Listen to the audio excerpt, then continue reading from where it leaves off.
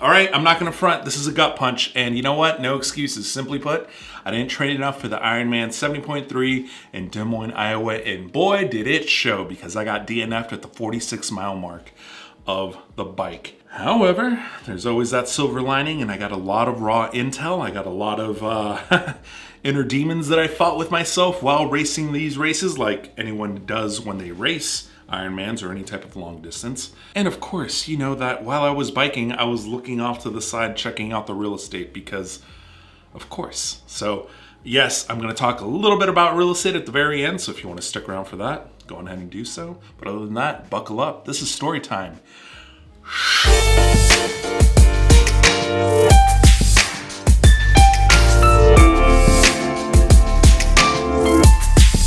Welcome back. My name is AlexBeltran. I am still chasing that Ironman finish line as well as building wealth one property at a time. I raced the Ironman 70.3 in Des Moines, Iowa, and I got DNF'd at the bike cutoff at 12:33 p.m. at the 46-mile mark, adding like the third DNF notch to my belt after Ironman Thun 2022 and Ironman Thun 2023.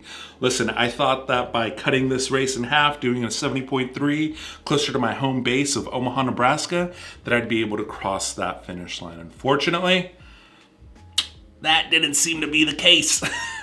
However, this doesn't mean that I'm quitting. Of course, I'm going to keep going for this silly little goal of mine. Because what is life other than a series of silly little goals that we make for ourselves, right? Granted, I'm going to take a little bit of a break because I want to focus on a couple of other things, but I will be back to racing an Ironman, and I will cross that finish line one way or another. So what went wrong, apart from the obvious of not training?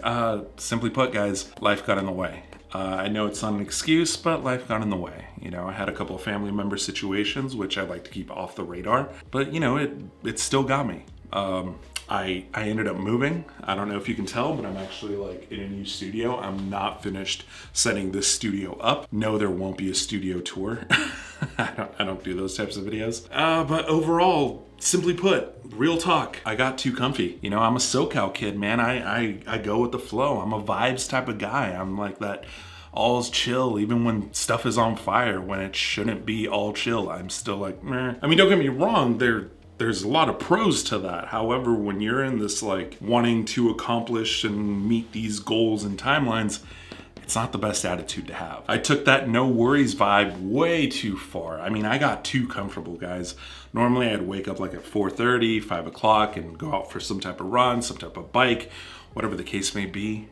Not this time, man. I have overslept, kept warm underneath my blankets, like instead of seeking discomfort, which I literally have a flag for to remind me to seek discomfort. Shout out to Yes Theory for the brilliant marketing on that. I just kept staying comfortable. That same sort of comfort crept into my real estate game as well. I'm not gonna lie. Yeah, I haven't taken real estate as seriously as I should have. But I gotta shake all that off and get back into grind mode, whether it is the Ironman or my real estate career, or even this YouTube career, which I've talked about so many times and I feel like a broken record, but things are changing.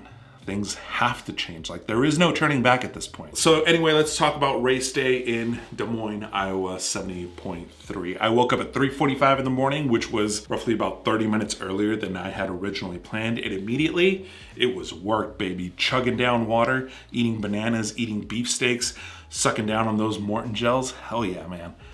If you haven't watched that video of me trying out different gels, you should absolutely check that out. Yes, I'm sticking to Morton. It's one of the things that I learned from the full Ironman in Switzerland, all right? Dehydration is a demon you do not want to mess with when you already have demons in your head that you have to solve while running this race. It's cool to have one demon. It's not cool to have two. I took it relatively slow since I had a 30-minute head start, essentially.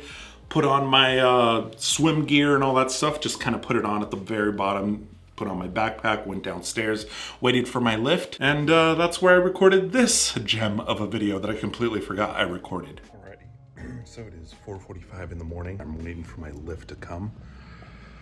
You know, I gotta say, I'm not that prepared for this, but I'm still excited. So the Lyft driver got there, I got into the car, and he looked at me like, what the hell are you wearing? Which, admittedly, yeah, it looks funny. This fat dude in a swimsuit with like these flappy arms because I haven't thrown over the swimsuit over my entire body yet. I let him know that it is an Ironman 70.3 where you know, swim, bike, and run. And immediately he hit me with the, and you paid to do this? Which was like a gut punch, right? Because very quickly it brings you back down to earth and you realize, yeah, this whole like long distance thing, it's weird to a lot of people. We're psychos if you really think about it. It's fun, but we're psychos. Anyway, so we get to the bike transition at the park, and very quickly I realize this is very different from Thun with that Swiss precision that I was so used to. You see, in Thun, Switzerland, everything is in one spot. The swim, the bike, and the run, neatly laid out like a 5-star Michelin restaurant. In Des Moines, you just put everything underneath your bike and you hope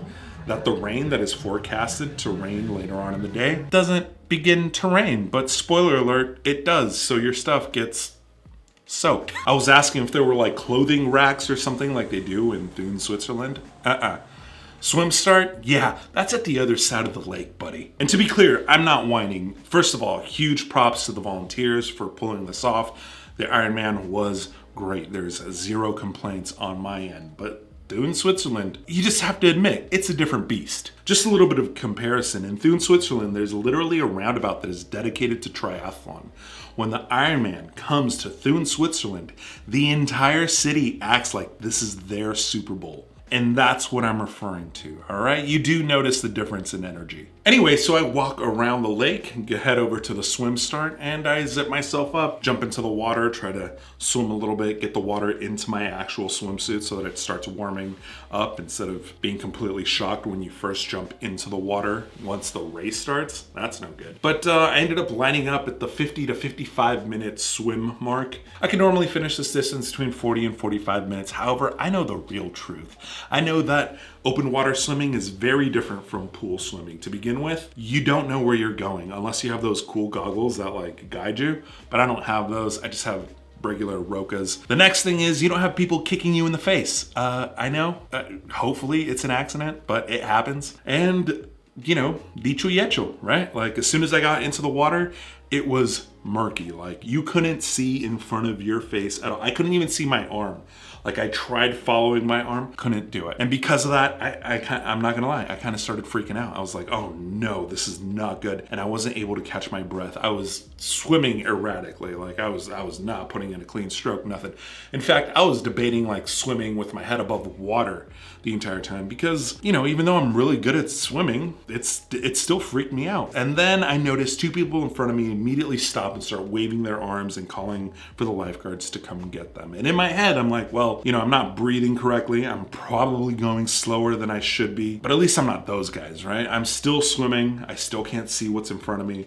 I turn the first buoy and immediately I think of my relatives and what happened. And I'm not gonna lie, a little bit of a tear came out. And I know that because my lens is fogged up a little bit. Kept swimming and I looked at my watch and I realized, holy hell, only 5 minutes have passed by. I got this in the bag. And right as I think that, like the sun breaks and you can start seeing in the water again. Not much, but now I can at least identify my whole arm. And I realize, okay, let me get this breathing under control. And I do. And I start, you know, swimming and I start getting into the rhythm of the strokes.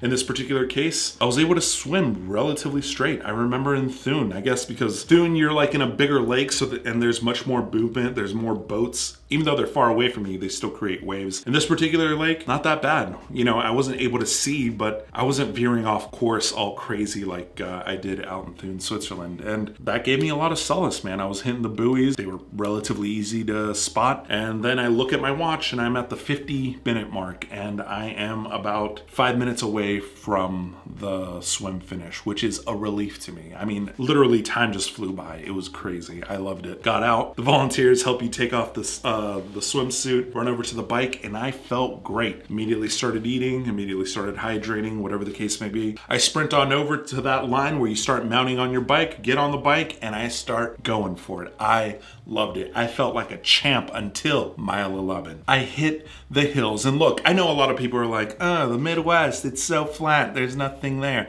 Yeah, easy for you to say when you're just driving through. Try biking up these hills. They are no joke. Granted, they're not like the Rockies level, but they're enough to hurt. All right. And look, I'm still a big dude. Going uphill is literally my kryptonite. On top of that, I still have that bike issue where the gears slip as soon as I start applying pressure. A bunch of bike mechanics tell me that it's not the case, that they get it up on that mechanic stand and they go through the gears and like, nothing's wrong. There's something wrong. Okay. I can't seem to figure it out. I tried buying a brand new bike, but simply put, I didn't get around to it because, like I said, I was moving. Buying a bike wasn't the first thing on my mind, okay? By the time I remembered that I needed to get the bike, it was already too late. There was like a week away. There's no way that Canyon was gonna be able to send me that bike within like 3 days. My current bike, the Specialized, the LA, kept slipping. So here I am. I'm grinding through these pedals like it is molasses. It is so disheartening to like pedal hard and then have the bike gear slip. I'm looking at where I am in the race. I believe I'm like at mile 17 and I make a clear distinction. I am not finishing this race. However, I'm not quitting either. I'm gonna let the race officials tell me when to stop. And that was like the last thought that I really had in my mind. That wasn't my personal demons. During that stretch between miles, 17 to about 35, that was all me barking at myself. You should have gotten a new bike. You should have trained harder. You know, you need to do this in your personal business. You need to do that. You need to love more people. You need to tell people that you love them, which is something that every one of you should do because you never know how long you have family members around. Do it. Turn around right now.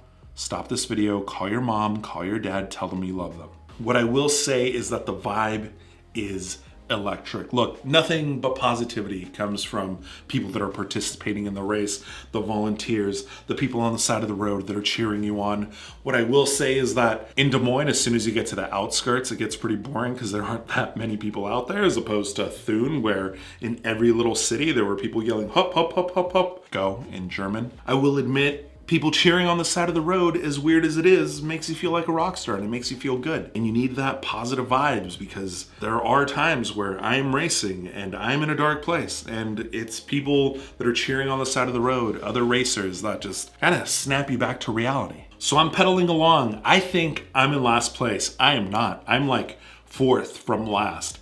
And it's not until I turn around and start biking back up that I see the other racers that are still behind me. They have a police escort. I know that feeling because in Thun in 2022, I was the one with the police escort because I was the last one in that race. It was hilarious. It's pretty funny. It's funny to see so many cars behind you. And you know, in the back of their mind, they're like, oh, can this guy go a little bit faster? So believe me, here in Des Moines, I am so glad I was not in that position. However, you know, I'm still in the back of the pack at the end of the day. And you could see it in people's faces because pretty much the road is clear. People are trying to cross the road and the police is like, you have to stop. There's still racers here. It is what it is, but you know, it's just funny, that back of the pack feel. I know a lot of you who do Ironman races that actually cross the finish line. That isn't you. It's quite funny when you're in the very back and you see sort of like the police officers and like the paramedics just looking at you like, are you gonna quit? What's going on? So I'm pedaling along, things are great, things are funny, I'm laughing at myself, I'm still, you know, arguing with myself, whatever the case may be. And the next sort of mile of note is the 44-mile mark because as I'm biking up this hill, I look to the side and there is my Hilton Hotel. Immediately, my lazy wolf is like, dude, just veer off the road and go take a nap. However, my fierce wolf, I guess you can say, snapped back and said, no, you're not stopping until the officials cut you off at 12:33 like the cutoff is supposed to be. And that's what I did, guys. I kept pedaling. As soon as I turned around on that little section, it was like 44.5 miles if I'm not mistaken, it immediately starts pouring rain. I mean, I'm drenched. Guys, it's coming down pretty damn hard. Wind makes it hard for me to go fast downhill. That's how hard the wind was. And immediately I think to myself, that doomed song from Bring Me the Horizon. I look down at my watch and guys, I see the writing on the wall. It's like 12:25 or something like that. And I'm like, well, I said I'd keep going until 12:33 and I get cut off. And luckily, where I got cut off also happened to be an aid station. Guys, I start loading up. I ask for as many Morton gels as humanly possible. I eat like 2 bananas. I fill up on water. I get all the electrolytes. I'm stuffing a bunch of Morton gels in my back pockets like I'm robbing the place. But I still have this huge smile on my face. Why? I don't know. I just do. The officials catch up to me and I see that the other biker that is behind me with like full police escort. I mean, like I said, I've been there, so I know that feeling. So they pick me up and they drive me to the bike transition, which mind you, is not the finish line. And the finish line is where my clean, dry clothes are and my cell phone. So there I am at bike transition and I have to limp my way all the way to the shuttle. Take that shuttle, go all the way downtown, pick up my clean clothes, pick up my cell phone, run back to the shuttle, hopefully. Unfortunately, by the time I got back, that shuttle was already full, so I had to wait for the next shuttle, get on that shuttle, and then go back to bike transition so I can check out my bike and get my clothes. And that ended up taking a little bit longer than I would have liked. At the end of the day, this whole Ironman thing, yeah, it's a goal of mine to cross that finish line. However, it's still just fun for me. You know, like just doing it, just getting out there, seeing everybody try their hardest, seeing the positivity, seeing the volunteers try so hard. It's great, man. It's a feeling like no other. I get it. A bunch of people don't want to do like the ultra long distance stuff, but if you've never ran even a regular marathon or anything like that, I mean, you know, there's this energy that you just can't describe. It lifts you up for days to come. And during that time, I really needed that lift me up. So what are the key takeaways? Look, at the end of the day, I just need to train harder. In 2022 and 2023, I had like 0 responsibilities, 0, other than keeping myself fed, keeping myself alive, and investing my money. I had no worries. It was like the COVID time too, so there was like a lot of time to yourself. Now, I've got too many responsibilities, which means that I have to time manage even better, which is what I have to do moving forward. Yes, I'm gonna sign up for another Ironman. No, I don't know when that is. I'm gonna keep chasing this, guys, because the thrill is in the chase, not so much the accomplishment. Even with 3 DNFs, maybe I'm gonna get a 4th, maybe I'm gonna get a 5th. But once I cross that finish line, it'll be that much sweeter. The next thing is I need to keep losing weight, because going up hills with my weight, yeah, that it's brutal. Now, for the real estate. So if you're just here for the Ironman stuff, then I guess you can turn off the video here. For you real estate people that want to know what real estate is like in Des Moines, well, truth is I wasn't able to check out that much real estate while in Des Moines. What I will say is that the real estate that I did check out, weird. So even during the race, there was this section between mile 17 to mile 35 where you just pass through nothing but multi-million-dollar properties. And I immediately knew that they were, my guesstimate was between 1 million to about 2.5. Once I checked out Zillow, it's anywhere between 900,000 to 2.6 million dollars, which, you know, not bad for just a guess, right? Now, those properties are probably gonna sit there for a while because everything else around there is new construction. And if you're gonna pay at that price point, chances are you want something brand spanking new, not secondhand, right? You might as well make it to your liking than, you know, force yourself into somebody else's weird build. Anyway, so that is sort of like the higher end of the market. The sort of more traditional real estate market, there weren't that many houses that were 1980s and newer, at least not in the area where I was, which is sort of like the South Des Moines area. I will say, Iowa, for some weird reason, like, your houses get beat up, man. I've seen houses in Council Bluffs. I've seen houses in Sioux City. I've seen Cedar Rapids, obviously Des Moines, Iowa this time around. I don't know what it is about Iowa, but those houses get beat up, which is weird to me because Omaha, Nebraska, where I live, we literally have the same weather, guys. Literally have the same snow, same rain, blah, blah, blah, tornadoes. It all happens here too. And I mean, I live in West Omaha and everything here is like super freaking nice. I didn't see that in Des Moines. So if you're investing in Des Moines, like, get a hold of me, man. Try to change my mind on that area. What I will say, which is a huge positive in Iowa, are the real estate laws. They're pretty similar to Nebraska. I mean, a couple of key differences, but overall a very landlord-friendly state. I will say that the rural areas of Iowa are way nicer. Like, they're super nice areas out in rural Iowa. However, the downside to that is that those are hard to rent out. Anyway, if you're an investor in Iowa, in Des Moines, Sioux City, whatever, go ahead and try to get a hold of me. I'd love to hear you out. I'd love to see what real estate you're looking at, because from what I was able to find, I wouldn't touch it. Oh, one last thing. Des Moines food sucks. I went to this taco place. Let's just put it this way. I was offended that they decided to call those tacos tacos. How about that? I mean, I'm surprised at the lack of like food options that were in Des Moines. I don't know, man. I tried asking around, I tried asking the locals, and they didn't know of any good places either. So what's to come? Well, I'm still working on a midterm rental video, part 2. Part 1 is gonna be linked above. I wanna be talking about the furnishing, I'm gonna be talking about the numbers, where I list it, all that good stuff, so stick around for that. Yes, I am gonna sign up for another Ironman triathlon. When exactly, I don't know just yet, but you'll know as soon as the video comes up. And look, if you've made it this far, you are a legend. Go on ahead and comment in the comment section down below what your Ironman goal is or what your real estate goal is. I would love to know what that is. Hit that subscribe button for more triathlon, real estate, and hide the broccoli content. And yeah, I will catch you guys on the next one. Peace. Shh.